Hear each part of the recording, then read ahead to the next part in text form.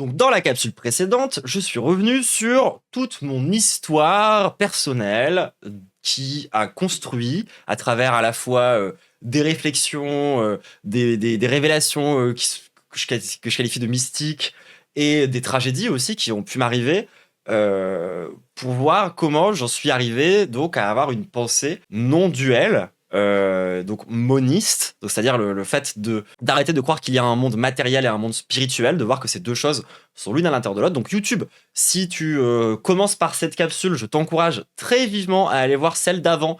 Je ne sais pas comment est-ce qu'elle s'appelle encore parce que j'ai pas encore réfléchi, mais je te conseille très fortement d'aller voir la capsule qui a juste avant celle-ci. Et donc là, aujourd'hui, maintenant, on va aborder plus en profondeur donc cette question du monisme et on va explorer ensemble ça a été quoi ma réflexion par rapport à cette question-là et comment en fait, jusque-là, je vous ai parlé d'art, je vous ai parlé de science, mais je vous ai pas encore parlé de politique, parce que c'était vraiment quelque chose qui manquait à ce moment-là dans ma vie. C'est ce que je vous disais, j'étais quelqu'un qui avait des instincts de gauche, qui était vaguement formé sur quelques questions, qui regardait les vidéos d'Usul et de Blast concrètement, mais j'étais pas plus que ça forcément quelqu'un qui avait une formation politique, j'étais quelqu'un qui était surtout une meuf qui avait fait une école d'ingé et qui était isolée, qui a fait une dépression, quoi. C'est-à-dire que c'était pas non plus encore tout à fait là. Je vous ai aussi raconté comment ma tentative de suicide m'a structuré par rapport à cette question du monisme, comment ça a été le moment dans ma vie où j'ai réalisé qu'il n'y avait pas de différence entre mon corps et mon esprit, parce que j'ai été mis face à cette réalité de manière très violente et qui a donc été impossible à ignorer par la suite.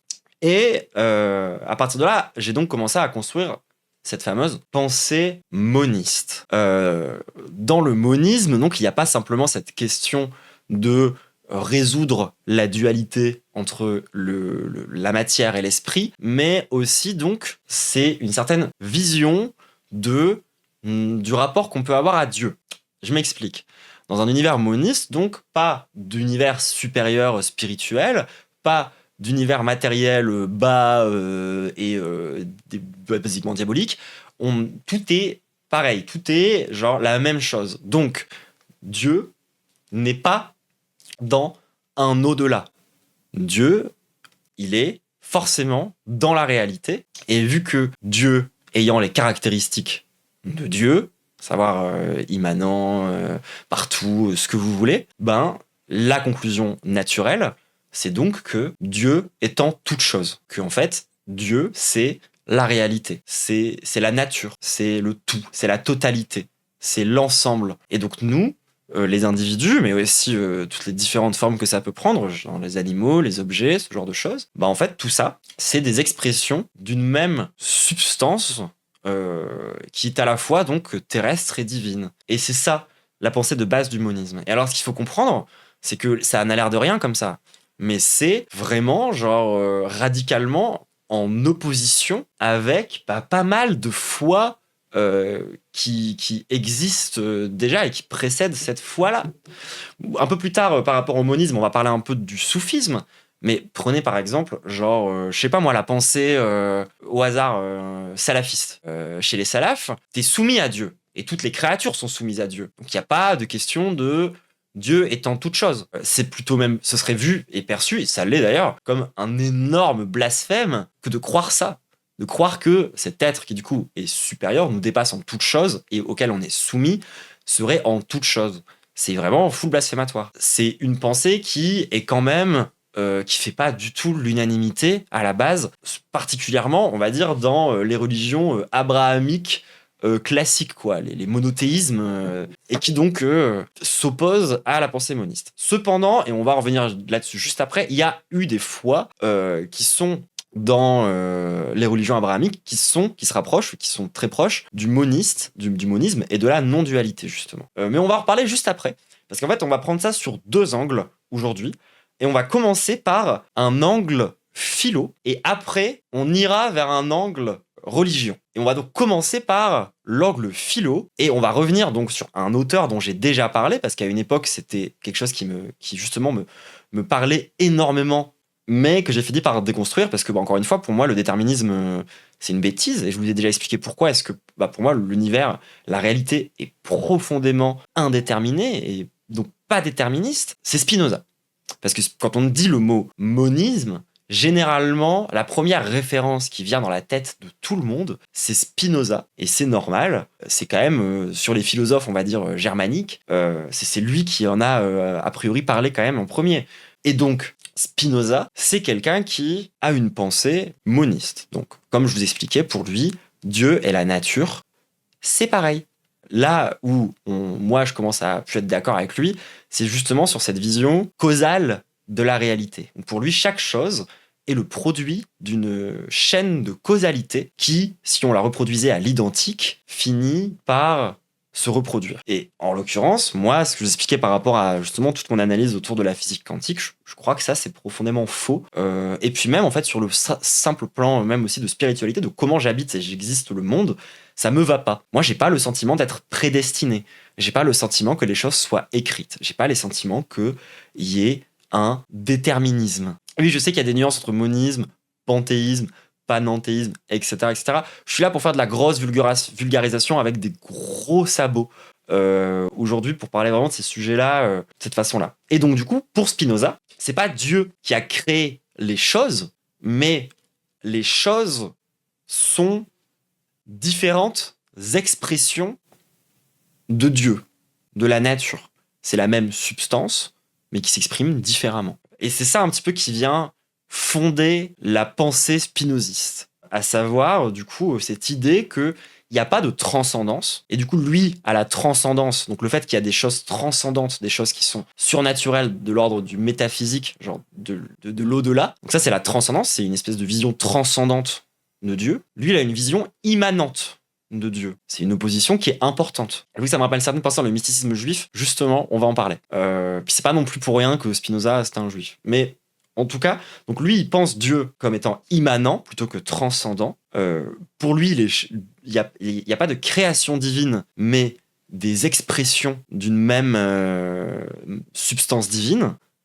Et rien n'arrive par hasard. Tout arrive par nécessité à la suite d'une chaîne de causalité. Et ce qu'il faut comprendre, c'est que plein de gens comprennent mal ça et du coup pensent que Dieu, c'est la cause originelle de tout. Mais c'est pas comme ça que Spinoza voit Dieu. Dieu, c'est pas la cause dans un passé extrêmement lointain de tout. Dieu, c'est la totalité, c'est vraiment tout. C'est genre l'ensemble de toutes les choses. Et à partir de là, Spinoza construit et parle de beaucoup de choses qui parfois sont vraiment intéressantes premier degré, et parfois, moi, je m'en éloigne et j'ai du mal. Et on va pas aborder tous ces sujets-là aujourd'hui, parce que ça, c'est pas une vidéo de vulgarisation sur qui est Spinoza.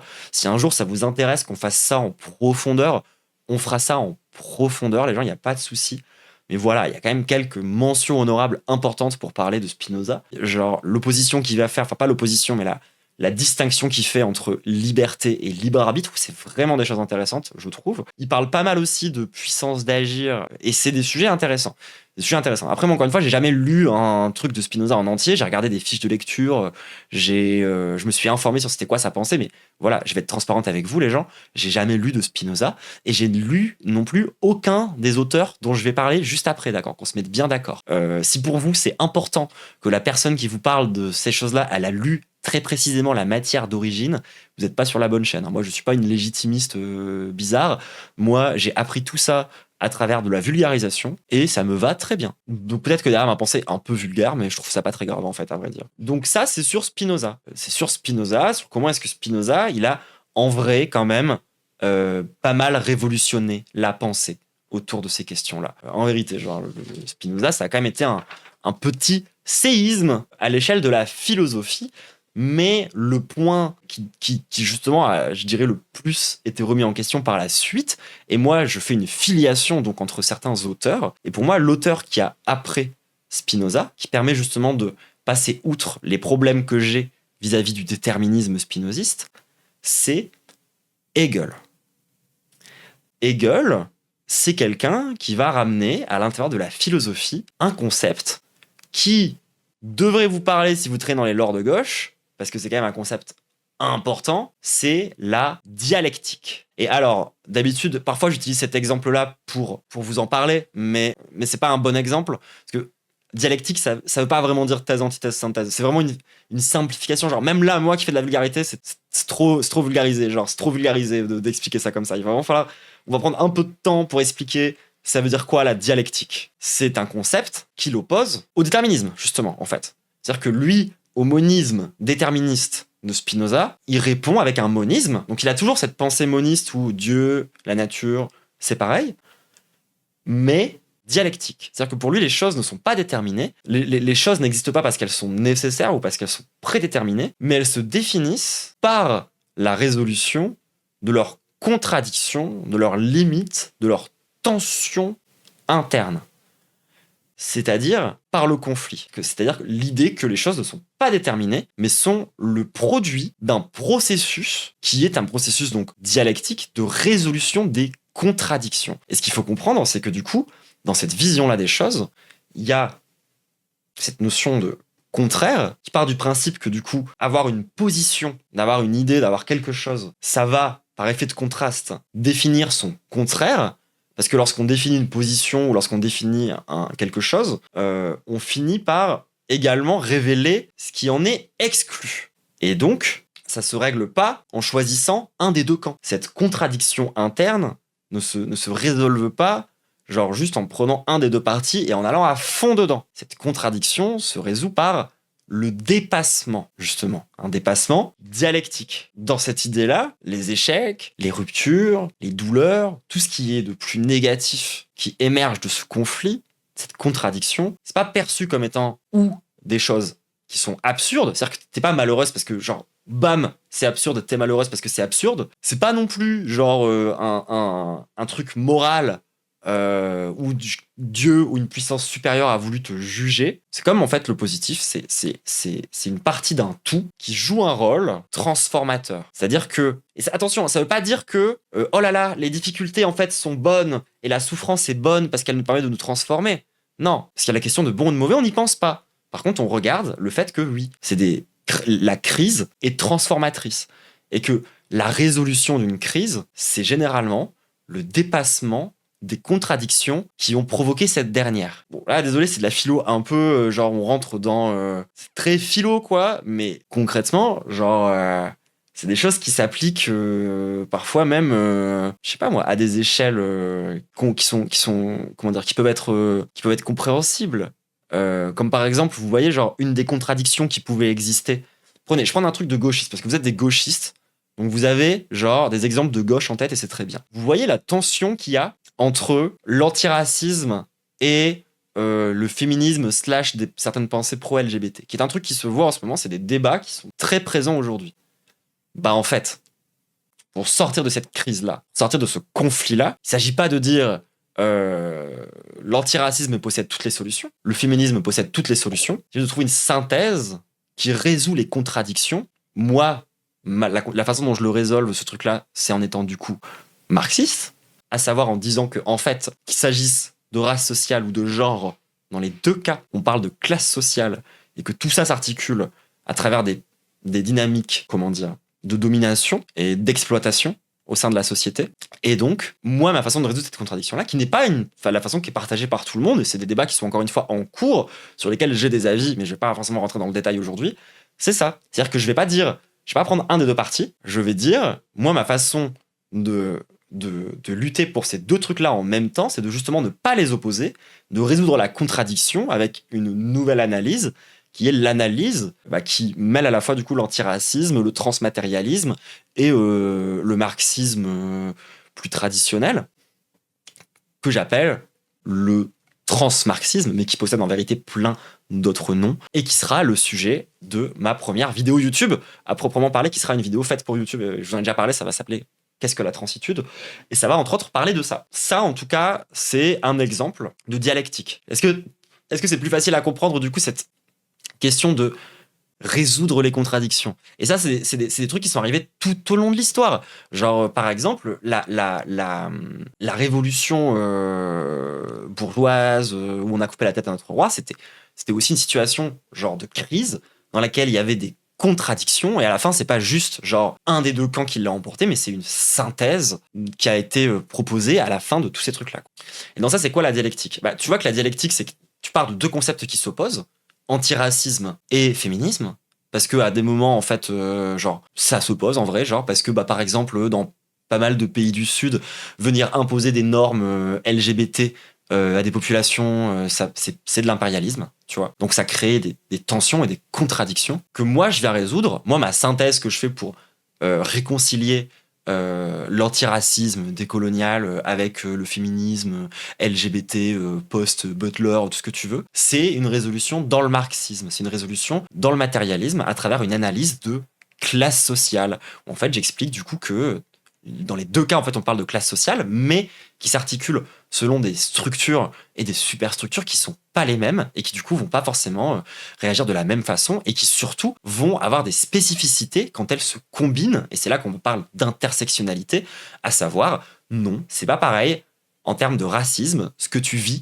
quand t'es un mec noir ou quand t'es une femme noire. Moi, c'est ça ma façon à moi de dépasser cette contradiction, de dépasser ce conflit qui, encore une fois, est un conflit très actuel. Donc, peut-être que vous allez tomber sur d'autres gens, d'autres créateurs de contenu, d'autres personnes qui suivent pas les mêmes pensées que moi, qui vont vous proposer d'autres résolutions de cette contradiction-là. En tout cas, celle-ci, c'est la mienne. Donc voilà un exemple de gauchiste de la dialectique. Mais est-ce que les gens basés du chat, il n'y a pas des gens qui pourraient me filer un exemple un peu plus facile? Parce que c'est vrai que, bon, je donne un gros exemple de gauchisme, mais là j'ai rien qui me vient tout de suite sur un bon exemple. Et j'ai lu le truc du maître d'esclave, mais là, je m'en souviens plus, je serais pas capable de vous le délivrer.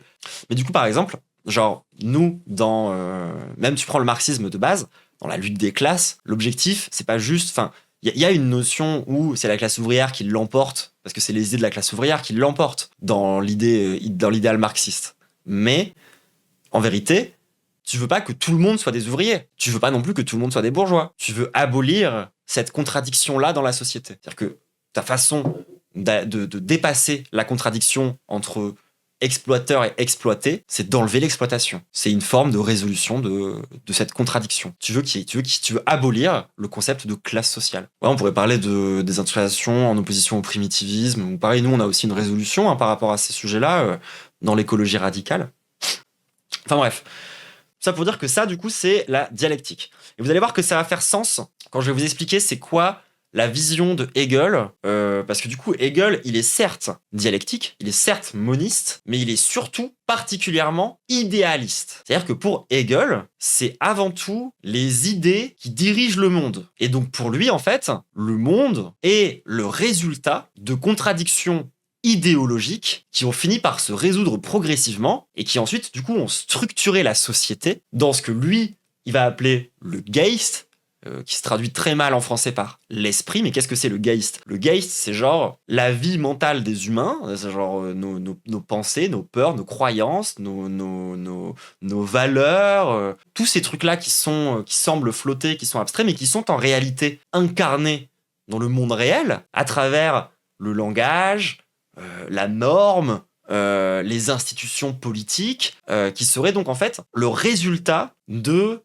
ces débats d'idées. Ça, c'est la vision du coup hegelienne, où concrètement, voilà, lui, il a vraiment cette idée profonde que non, donc du coup, Dieu, la réalité de tout ça, c'est pareil. Lui, il est moniste, dialectique, donc il n'est pas déterministe. Donc en fait, le futur est incertain. Concrètement, c'est ça la différence entre dialectique et déterministe. Lui, il pense que le futur est incertain parce qu'il est le produit de la résolution de contradictions. Donc en fait, on peut réaliser différents possibles à partir d'une même situation initiale. Mais que ces possibles sont surtout et avant tout résolus dans le monde des idées.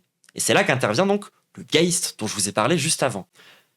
Ce qui, en vérité, a mené concrètement Hegel à avoir une pensée très, très étatique. Je ne vais pas rentrer dans le détail de ça a été quoi la pensée politique de Hegel, mais comprenez, c'est un gros SOSDEM. Voilà, concrètement. Et je ne vais pas argumenter plus que ça. Mais concrètement, cette vision-là idéaliste du monde, elle a aussi ses limites. Et c'est là qu'interviennent deux auteurs que vous avez sûrement vu venir si vous connaissez un petit peu le chemin sur lequel j'essaye de vous amener. C'est Marx et Engels, à savoir l'idée que non, c'est pas les idées qui dirigent le monde. Si on regarde les choses un peu concrètement et qu'on regarde un petit peu comment fonctionne en vérité, la réalité, c'est bien davantage le monde qui dirige les idées. Après, Marx, il oppose pas non plus à la dialectique idéaliste de Hegel une dialectique purement marxiste. Marx, du coup, pour lui, c'est pas les idées qui dirigent le monde, mais c'est bien le monde qui dirige les idées. Mais les idées ont un impact sur le monde. Donc, en vérité, le marxisme, c'est pas juste un pur matérialisme. Ça, il faut bien le comprendre. C'est-à-dire que pour un marxiste, la conscience est dans la matière, parce que voilà, genre dans notre cerveau, par exemple, la conscience humaine est dans le cerveau, mais d'autres types de conscience ou d'autres types de savoir peuvent être stockés dans des livres, dans des choses, dans la matière concrètement, mais que cette substance qui est dans la matière impacte aussi la matière. Donc on a une forme de dépassement de la question idéaliste et matérielle. Et ça, c'est un dépassement qui se fait à travers un truc que normalement on connaît, qui s'appelle la praxis, à savoir la pratique. Parce que Marx, ce qui l'intéresse, c'est pas de changer les idées du coup, mais bien de changer le monde. Et c'est là qu'il ramène un truc dont j'ai déjà beaucoup parlé aussi avant et qui devient très important et qui finit par faire une synthèse parfaite de tout ce dont je vous parle depuis le début. Il a une analyse scientifique derrière la pratique marxiste. C'est-à-dire que son objectif, c'est vraiment genre de partir du principe que une situation dans un contexte social avec un rapport de force donné va faire émerger des consciences, à savoir des façons de voir le monde, des idées, des visions du monde, voilà, comment le monde devrait être, comment le monde est actuellement. Comment est-ce que lui, par l'impact qu'il peut avoir sur les conditions matérielles d'existence, il peut faire changer cette conscience-là. C'est là que vous voyez que les idées ne sont pas absentes du marxisme. Les idées servent à tenter de modifier justement derrière la matérialité pour justement derrière tenter de faire changer les consciences dans l'objectif de faire émerger donc le socialisme. Parce que quand tu commences à avoir cette vision-là qui est à la fois dialectique et matérialiste, qui du coup parle du conflit, un truc de base que tu vois dans la société et que tu ne peux pas ignorer, c'est l'exploitation. Le marxisme cherche à enlever l'exploitation, qui est la source de beaucoup de nos maux, mais pas que. Parce que genre, il n'y a pas que la lutte des classes dans le marxisme. Par exemple,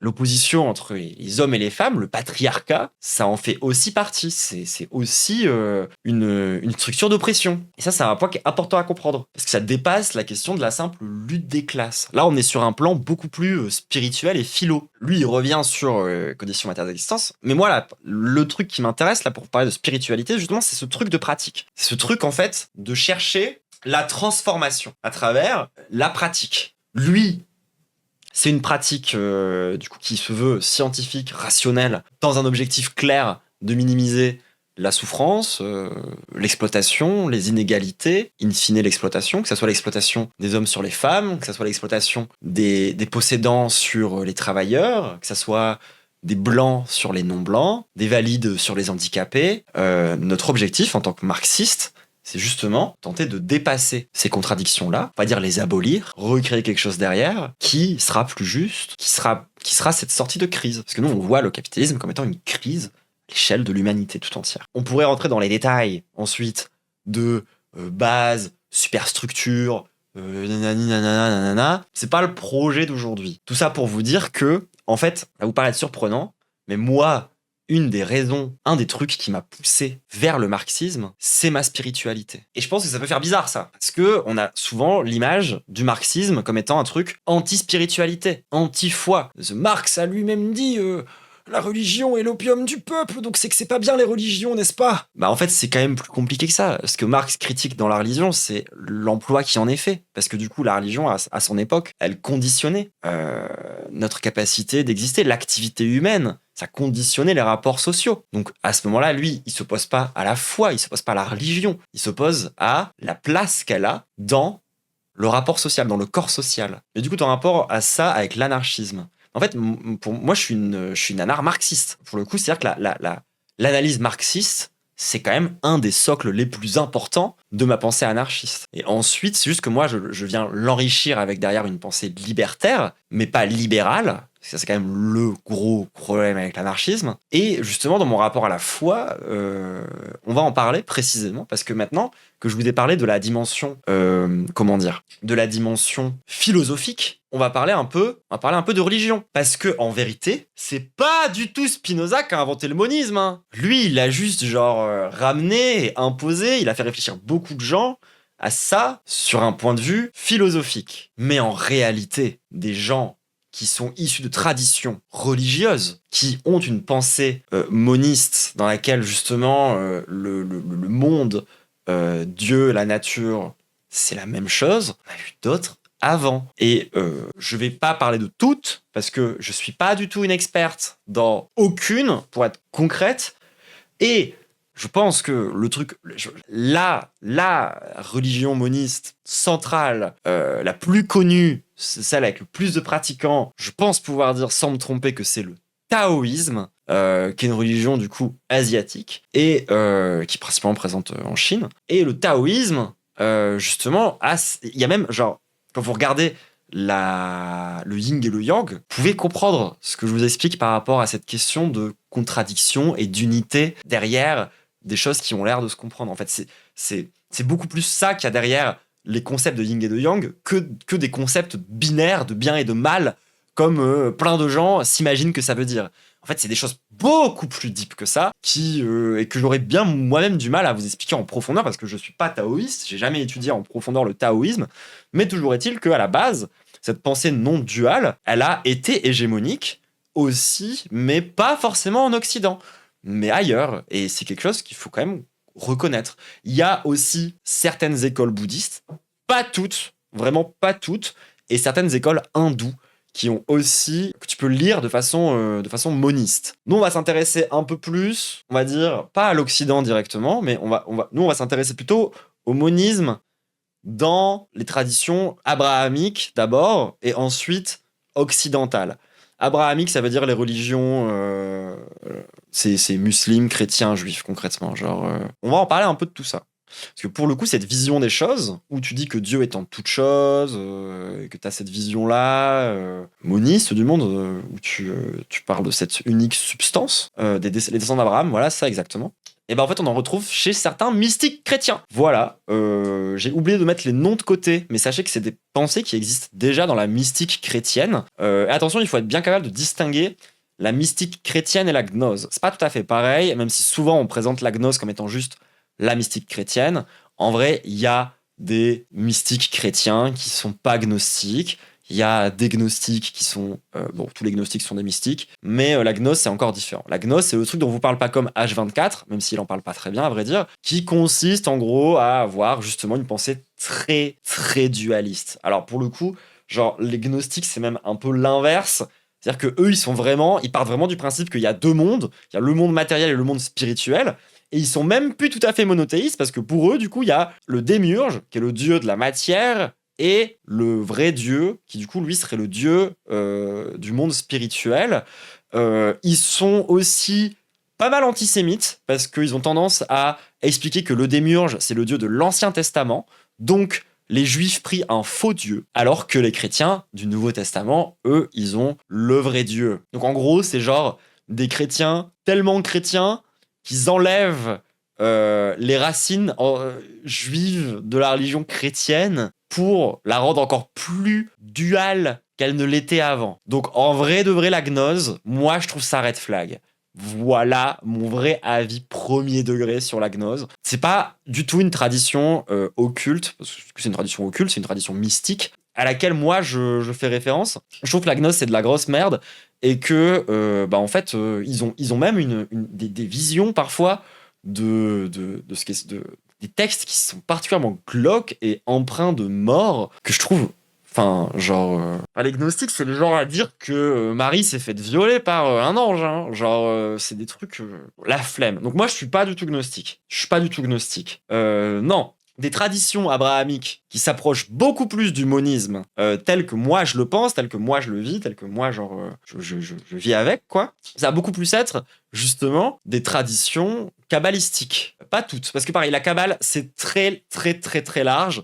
Faut comprendre que c'est la mystique juive, mais t'as énormément de chrétiens qui ont été kabbalistes. C'est très compliqué. Il y a beaucoup de traditions, beaucoup d'écoles de pensée. C'est un sacré bordel parce que c'est aussi une tradition où il y a une part de rituel et d'oral qui est importante. C'est des traditions qui sont aussi très locales pour beaucoup de choses. Et donc, de fait, toutes les kabbales, je suis pas en train de dire kabbale égale moniste, c'est pas comme ça que ça marche. Mais oui, dans la mystique juive, il y a plein d'auteurs et il y a plein de façons de penser qui se rapprochent très fort de la vision que moi j'ai, savoir cette vision moniste des choses. Sachez que c'est aussi le cas des musulmans soufis. Voilà, c'est-à-dire que souvent, c'est un peu les musulmans dont on parle le moins, parce que c'est un peu les plus minoritaires et parce qu'ils sont un peu mystiques, bizarres. Mais du coup, les soufis qui ont un pèlerinage spécifique, genre en Turquie par exemple, qui ont un angle hyper intéressant autour de l'amour, justement, autour de qu'est-ce que l'amour. Et donc c'est trop, enfin en vrai il y a des trucs trop intéressants chez les soufis, genre vraiment, enfin je ne saurais que vous recommander d'aller lire des passages de poésie soufie, c'est vraiment magnifique. Et eux ils ont vraiment cette vision de ce que moi j'en ai compris. Encore une fois, je suis pas du tout une experte, juste j'ai parlé avec des soufis et c'était super. Eux ils ont vraiment cette vision du coup, oui, de Allah étant toute chose. Il existe partout. Et une des expressions de Dieu, et du moins l'expression, enfin, Dieu aussi, c'est l'amour. C'est-à-dire que aimer, s'aimer et aimer les choses et aimer le monde, c'est ça, rendre aussi hommage à Dieu. Et c'est l'incarnation sur Terre, en gros, la plus proche de nous, de Dieu, c'est l'amour. Et moi, c'est quelque chose que j'ai un peu gardé de mes discussions avec des soufis, pour le coup. Et c'est vraiment parmi les trucs que je trouve les plus intéressants, pour le coup. Enfin, on a aussi d'autres traditions un peu plus vieilles, genre, si vous connaissez un peu l'occultisme, et si vous connaissez un petit peu, genre, les dièses autour de l'occultisme. Alors, l'occultisme, c'est vraiment un distingué de l'ésotérisme. L'occultisme, c'est issu d'une vieille histoire de culte à mystère, de trucs qui sont cachés, littéralement, le mot hermétique vient de là. On dit que quelque chose est hermétique, ça veut dire qu'il est difficile d'accès concrètement, ça veut dire qu'il est isolé du reste. Ça vient de la croyance en Hermès Trismégis, qui est genre le mélange entre Hermès, la divinité grecque, et une divinité égyptienne, Seth, si je dis pas de bêtises, qui fait du coup un Hermès Trismégis, le Hermès 3 fois sage, qui du coup en fait est une des traditions occultes issues aussi derrière de les croyances gréco-romaines qui ont subsisté à travers pas cette Thoth, merci, pardon, désolé. Thoth. Et donc qui donc a survécu en vrai, de vrai, pendant tout le christianisme. Il y a eu des traditions hermétiques qui ont continué à exister et qui sont aussi en vrai pour beaucoup pas mal monistes, qui sont des traditions qui franchement sont plutôt intéressantes à plein de niveaux. Et justement, moi, celle qui aujourd'hui me parle le plus et dont je peux pas vous faire un cours magistral parce que je suis encore en train de faire mon chemin par rapport à ça, qui aujourd'hui est la tradition dont je me sens le plus proche et qui me parle le plus et qui est probablement le truc où je me définis le plus comme ça, c'est la pensée alchimique. Et on va revenir un peu plus en profondeur autour de ces questions-là. Mais ce qu'il faut comprendre, c'est qu'en fait, le monisme, c'est, du coup, vous avez vu, c'est présent dans, en vrai, quasi toutes les cultures. Il y a des traditions monistes vraiment partout. Et elles partagent certaines caractéristiques communes. C'est-à-dire que, par exemple, un point commun entre, genre, la kabbale, le soufisme, le taoïsme, l'alchimie, ça va être la centralité de l'expérience, ou du moins du rituel. Ça va être un truc qui est lié au fait que c'est pas des religions où il suffit qu'on t'explique pour que tu comprennes. Il faut que t'aies vécu certaines expériences mystiques et transformatrices pour pouvoir accéder à cette compréhension plus grande de la divinité et donc de la réalité, puisque c'est la même chose. Il y a quasi systématiquement dans chacune des traditions dont je vous ai parlé, une notion de chemin et d'enseignement qui dépasse la simple question de l'idée, de comment c'est censé être construit. Donc là, déjà, le côté, il y a une pratique, il y a une expérience, il y a un truc vécu, il y a une modification de la conscience. Vous voyez que là, déjà, on se rapproche beaucoup des différentes notions de dialectique dont j'ai parlé précédemment. C'est-à-dire qu'il y a cette idée de résoudre ces contradictions internes à travers un chemin qui est spirituel, parce que, il il y a justement ce truc de la pratique, de la praxis, à travers le rituel, à travers l'expérience concrète du divin. Et ça, c'est un truc qui est central chez les gens qui ont ce genre de foi, ce genre de croyance. Généralement, dans les traditions occultes et monistes, on a aussi une centralité importante de l'art. Ce qui tombe bien, parce qu'encore une fois, moi, j'ai connu pas mal de mes plus grandes révélations mystiques, de mes plus grands moments spirituels face à de l'art. Et c'est pas pour rien. C'est parce que, par exemple, ça c'est très présent chez les soufis, avec la poésie soufie et la danse soufie. Mais ça va aussi être présent chez plein de kabbalistes juifs. Hein. Pour le coup, alors là, le rapport à l'art, il est vraiment très très présent. C'est aussi vrai chez des alchimistes, c'est vrai chez plein de mystiques chrétiens, où en fait, il y a cette idée que l'art transcende le langage, que certaines choses ne sont pas compréhensibles avec juste des mots, et que au-delà même du coup donc de l'expérience du rituel dont je vous parlais précédemment, il y a aussi eu cette importance de comprendre les choses pas simplement avec des mots, mais avec vraiment une totalité de choses, avec à la fois une pratique et avec des dimensions artistiques. L'idée, c'est pas de dire que l'art, par exemple, c'est plus proche de Dieu que le langage. C'est d'expliquer que c'est une autre façon d'appréhender la même chose, mais qu'aucune n'est complète et qu'aucune ne permet la vraie appréhension pleine du divin et qu'il faut un tout. Il faut à la fois une partie théorique, de réflexivité, de réflexion, et il faut aussi une dimension pratique, rituelle, de chemin, de transformation dont je vous ai parlé, et il faut aussi être capable de transcender notre simple pensée à travers des choses qui peuvent nous dépasser. Pour moi, c'est l'art. Ça peut être autre chose pour des gens. Il y a des gens pour qui c'est les trains. Ça peut être d'autres trucs. Et Sharp, il me dit petite nuance, c'est pas qu'on attend que la personne ait forcément une expérience mystique en Kabbalah, c'est plutôt qu'on attend que la personne s'entraîne à avoir les expériences mystiques qui sont de fait là, qu'elle le veuille ou non. Et pour ça, il y a aussi une étude nécessaire. En gros, on part de l'étude pour aller vers le sensuel, pour revenir vers l'étude, et ainsi de suite. Ce sont les deux colonnes séphirotiques, mais l'étude sert à compléter le volet sensible, parce que la voie de la justice ne peut être qu'entre les deux, même si toujours légèrement plus du côté de l'extase. Et genre, c'est un peu ce que je vous expliquais aussi tout à l'heure. C'est-à-dire que moi, là, dans ce que je vous explique par rapport à ma pensée de la transformation, du monisme, il n'y a pas seulement eu moi qui cherche à avoir des expériences mystiques. Il y a aussi moi qui comprend rétrospectivement les expériences mystiques que j'ai déjà vécues, qui m'ont déjà transformé, mais que j'avais pas forcément appréhendé ou compris. Quand je vous ai reparlé des grenouilles et des escargots, bah, c'est pas quand j'étais petite, c'est que j'avais genre 12 ans, que tous les trucs un peu deep dont je vous ai parlé, je m'en rendais compte. Je me rendais pas compte de la dimension spirituelle. Je me rendais pas compte de la philosophie profonde qu'il peut y avoir derrière ces concepts-là, quoi. Et donc, dans tout ça, je ne le suis pas encore, parce que moi, du coup, je suis seulement en train de débuter mon étude de l'alchimie. Parce que dans tout ça, dans tous les monismes dont je vous ai parlé, moi, la tradition qui me parle le plus, vous allez voir que c'est pas non plus pour rien, c'est vraiment l'alchimie. Médiane, c'est quoi l'alchimie, à part dans Full Metal Alchemist? C'est genre tu fais des cercles de transmutation et tu fais des échanges équivalents, ou comment ça se passe? Non.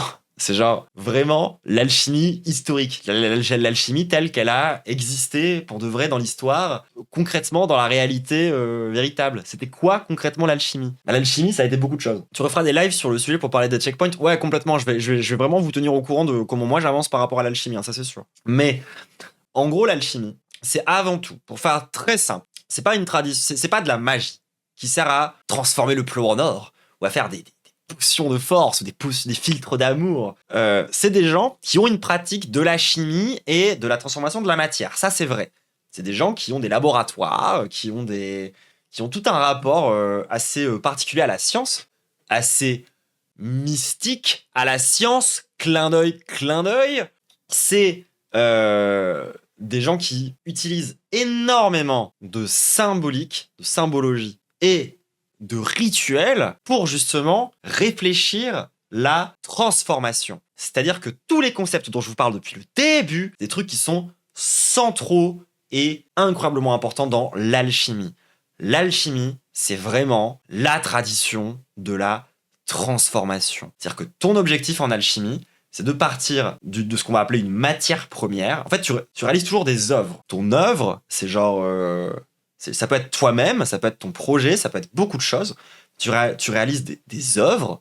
Ces œuvres, elles partent toujours d'une matière première et sur laquelle tu vas appliquer concrètement des notions de dialectique. C'est-à-dire que tu vas, genre, faire d'abord ce qu'on va appeler une déconstruction. Enfin, je vous passe les termes très exacts, mais en gros, c'est des notions de dissolution, d'essayer de séparer les choses pour séparer, on va dire, le vulgaire du subtil, pour garder en gros que l'un des deux, ou pour justement faire le tri entre les deux. Ensuite, arriver vers une synthèse qui est perçue comme étant une purification ou une recomposition, et ben ça, c'est de la dialectique. Mais ce qu'il faut comprendre, c'est que lorsqu'un alchimiste, il vous parle de transformer le plomb en or, c'est pas littéral. Il va pas prendre du vrai plomb, le transformer en vrai or, puisque de toute façon, c'est pas vraiment possible, à part par réaction nucléaire. Donc, force aux alchimistes, s'ils veulent faire des réactions nucléaires, transformer le plomb en or. Ça va être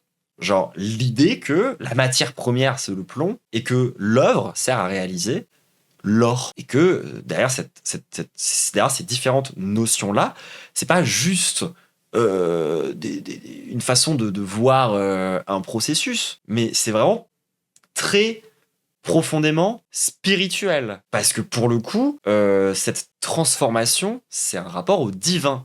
C'est-à-dire qu'à travers l'œuvre, ton objectif, c'est précisément de réaliser Dieu quelque part. Parce que c'est ça ton rapport au monde. C'est un rapport donc, moniste, Dieu est en toute chose. Toi, ton œuvre, tu la réalises que tu le veuilles ou pas. Et donc, c'est aussi ça, l'incarnation de Dieu dans l'alchimie.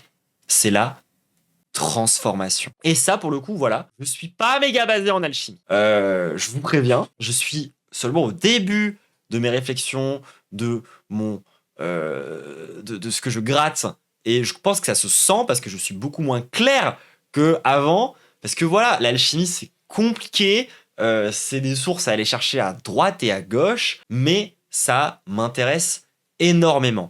Et ça m'intéresse énormément, pas que parce que, genre, oh là là, troublante, elle aurait regardé avec objectivité toutes les différentes traditions occultes et les traditions de pensée pour choisir celle qui lui plaît le plus. Bah non. C'est parce que littéralement, pour moi, c'est ça la filiation de là d'où je viens. C'est ça mon rapport avec la dimension plus locale. Encore une fois, pour moi, on croit pas... C'est bizarre d'être né en France, d'avoir vécu toute sa vie en France et d'être bouddhiste. Genre... Il y a un côté où, genre, à part si tu viens d'une longue tradition de famille bouddhiste, etc., je trouve ça bizarre. Tout comme ce serait bizarre pour moi, là, aujourd'hui, de débarquer et de vous dire, voilà, je suis kabbaliste. En fait, voilà, je décidais que maintenant, genre, déjà, bon, force pour toi si tu veux être juif, force à toi. Mais en plus, à moins d'avoir vraiment un rapport très particulier à cette religion-là, de par ton histoire, ou de par ta famille, ou de par ces choses-là, c'est compliqué de justifier ça pleinement, tu vois ce que je veux dire? Là où moi, à la base, je suis quoi? Je suis une meuf qui a des croyances populaires. À l'origine de l'origine, je suis une go qui a comme expérience mystique principale d'avoir rencontré des fantômes et des esprits de la forêt. Je suis une meuf qui est pas issue des traditions, on va dire, légitimes et académiques. Au contraire, moi, je suis beaucoup plus une meuf qui baigne dans la fange spirituelle, sans mauvais jeu de mots. Littéralement, mon prénom est une référence à ça. Mon prénom, c'est Diane, parce que Diane, concrètement, ça veut dire la divinité, Dieu, Diane, hein, c'est comme ça vient du latin, concrètement, et ça vient de quelle divinité? Ça vient de Diane.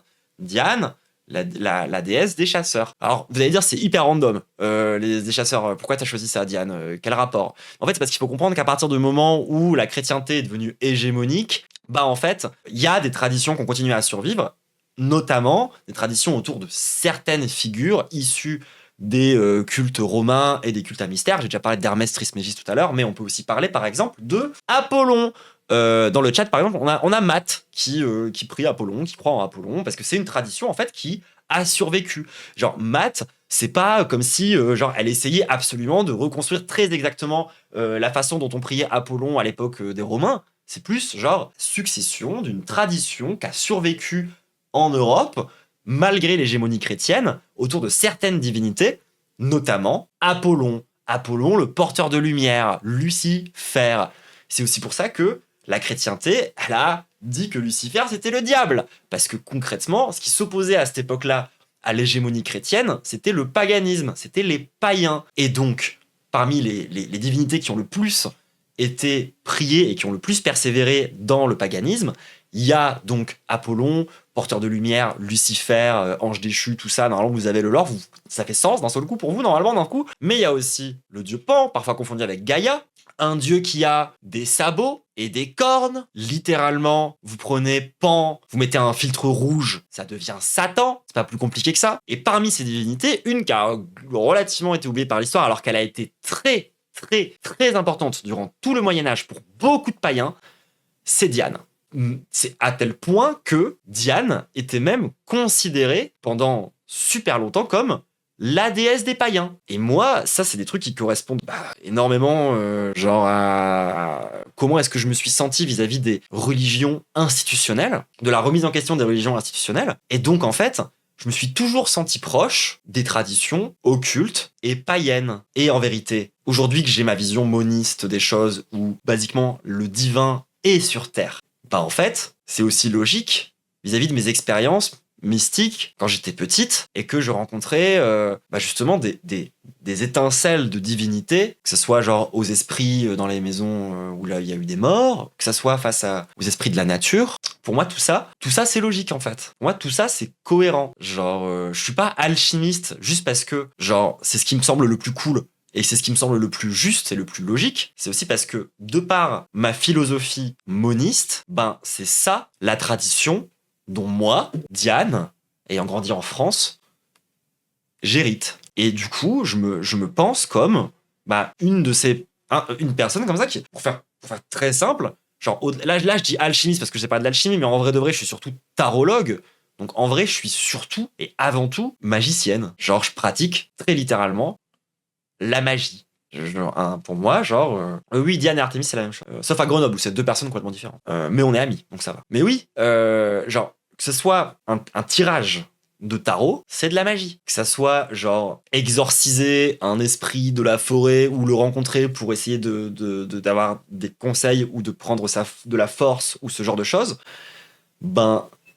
c'est ça de la magie. Et justement, pour vous expliquer c'est quoi précisément la magie, je vais expliquer ça dans la capsule qui aura juste après celle-ci, qui sera du coup le cours magistral de tarologie que je vais vous faire juste après pour vous montrer c'est quoi, moi, ma pratique magique et comment je pense ces choses-là. Et pour moi, c'est ça, en fait, la synthèse, à la fois, du coup, de toute mon histoire personnelle, de l'endroit où j'ai vécu, de mon histoire familiale et aussi de mon existence en tant que personne marginalisée, en tant que femme marginalisée. C'est ça. Et du coup, je me pense là-dedans.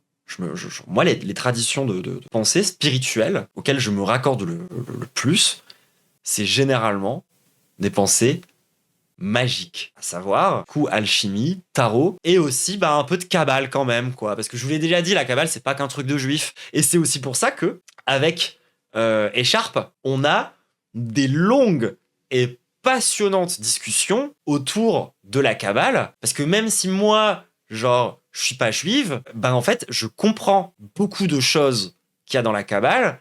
Et moi-même, quand je parle de certains trucs avec Victoire, elle comprend aussi là où je veux en venir hyper facilement. Parce que certes, on a des traditions qui n'ont strictement rien à voir. Genre, moi, je suis quasiment une hétérodoxe radicale où pour moi, justement, il n'y a pas de dogme. Et Écharpe, c'est vraiment une orthodoxe zinzine baisé du crâne par le dogmatisme, enfin par sa vision de ce qu'est le dogmatisme. Donc sur ce point-là, on est vraiment en opposition radicale.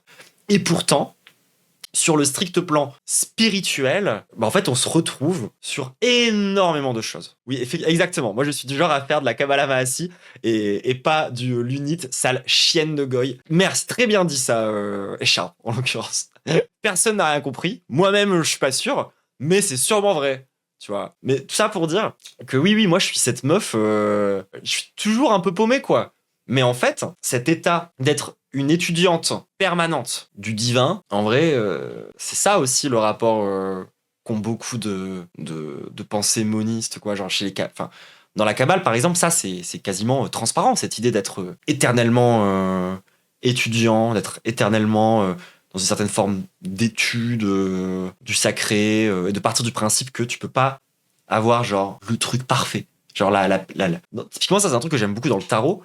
Dans le tarot, la perfection, c'est une étape du cycle. C'est même pas la dernière, c'est juste une étape du cycle. Mais ça, je vais vous l'expliquer un peu en profondeur. Et donc voilà, aujourd'hui, comment est-ce que je me pense? Je me pense comme une meuf issue à la fois de pensées occultes et donc pas ésotériques, parce que maintenant j'espère que c'est bien capté. C'est quoi la différence entre les deux, quoi? Genre, l'occultisme, c'est tout ce dont je vous ai parlé, l'idée qu'il faut faire un chemin, la centralité de l'expérience, le rapport moniste, tous ces trucs-là, quoi. Alors que bon, généralement, l'ésotérisme, c'est un dualisme complètement décomplexé où t'as même c'est même plus que du dualisme, quoi. T'as plein de plans d'existence quantiques différents. Enfin, c'est vraiment débile sa mère.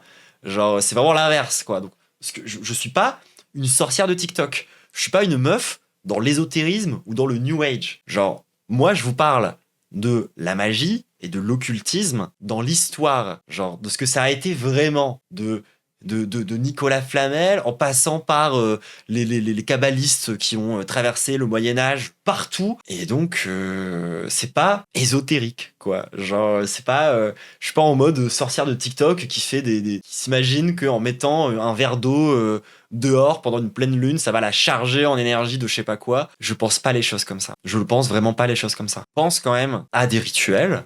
Je les fais pour des raisons qui me concerne aussi, tu vois. Mais et dont je vais pas parler de tous les rituels que je fais parce que là on est vraiment en train d'entrer dans le trop intime pour le coup.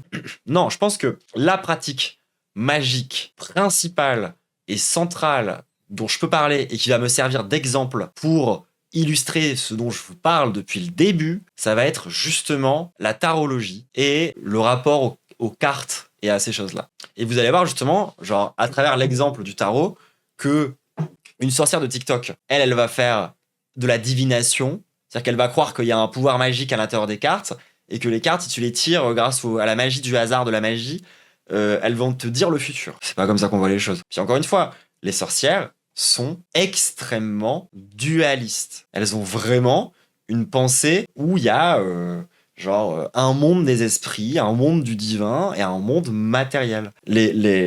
Comment dire? D'autant plus que le New Age, c'est à proprement parler un syncrétisme. C'est-à-dire qu'ils vont vraiment mélanger des éléments de religion qui existent déjà, mais ce que comprend pas généralement l'ésotérisme et le New Age en général, c'est que souvent, c'est une grille de lecture chrétienne. C'est-à-dire que c'est des gens qui vont remobiliser les religions asiatiques, par exemple, les Anunnaki, tous ces trucs-là.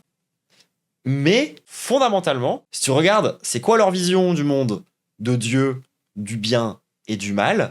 C'est juste des chrétiens. Sauf que leurs anges sont des aliens ou sont les divinités des sorcières là, je sais plus comment elles s'appellent. Enfin, elles en ont plein en vrai, tu vois. C'est les espèces de polythéisme de sorcières. Et au final, c'est une vision qui est quasi purement chrétienne. Là où moi, ce que je vous propose et comment est-ce que je pense ces choses-là, c'est justement une altérité assez radicale de ce qu'est aujourd'hui la pensée chrétienne. Bien qu'on pourrait retrouver des éléments qui parlent quand même, genre par exemple, je vous ai parlé de mystiques chrétiens qui se rapprochaient d'une pensée moniste. Bah, souvent, c'est ceux qui ont le plus pensé la notion de Saint-Esprit, qui vont avoir des atomes crochus avec moi, comment est-ce que je pense ces choses-là. Ça vous arrive de perdre pied dans le chemin sur la spiritualité? Ah ouais. En fait, genre, cette vision-là de la spiritualité fait que t'es aussi souvent un peu tout le temps perdu, quoi. Ça reste un truc où c'est difficile parfois de se rattacher à certaines choses parce que tu sais que t'es sur ton chemin. Moi, en alchimie, on pourrait se parler de l'œuvre. Tu sais que t'es en train de réaliser l'œuvre, mais tu sais pas ça va être quoi à la fin. Exactement de la même façon, politiquement, on sait qu'on veut réaliser le socialisme, mais on sait pas ni comment ni exactement ce que ça va être. De la même façon que quand tu fais une œuvre d'art, quand tu crées de l'art, tu sais jamais ça va être quoi l'œuvre à la fin, mais tu sais que tu vas la réaliser. De l'exacte même façon que quand tu te lances dans une étude scientifique d'un objet quelconque, tu sais ce que tu veux découvrir, mais tu sais pas ce que tu vas découvrir. C'est là où justement ce que je vous disais par rapport au côté pas déterminé de ces choses-là. Et donc oui, c'est super simple de perdre pied là-dedans. Comme un artiste peut perdre pied dans sa création et finir par complètement plus savoir où il va, tu vois. Comme un scientifique peut perdre pied, parce qu'en fait pour moi, tout ça c'est la même chose. Et c'est là où du coup, genre, je vais conclure cette capsule-ci sur ça, sur justement cette question-là où je vous ai parlé de science, je vous ai parlé d'art. Là, je vous ai parlé de politique, je vous ai parlé de monisme, je vous ai parlé de dialectique, je vous ai parlé d'alchimie. Et ben en fait, pour moi, tout ça, c'est une seule et même substance. C'est pas fondamentalement différent pour moi lorsque je réalise avec d'autres gens ou toute seule une œuvre d'art, ou quand on fait de l'organisation collective pour tenter de changer la société et a priori de faire advenir le socialisme, de quand genre j'ai un rapport aux sciences, en fait tout ça pour moi c'est la même chose, c'est un même rapport au monde.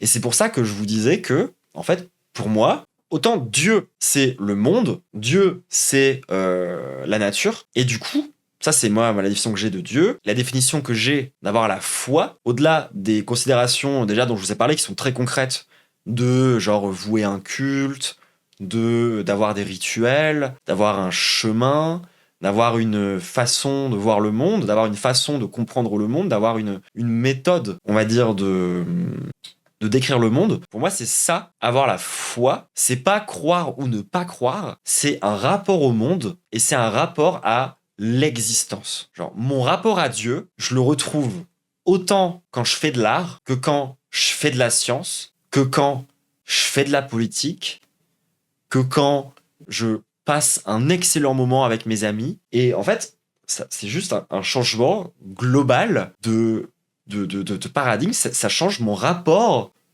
au monde.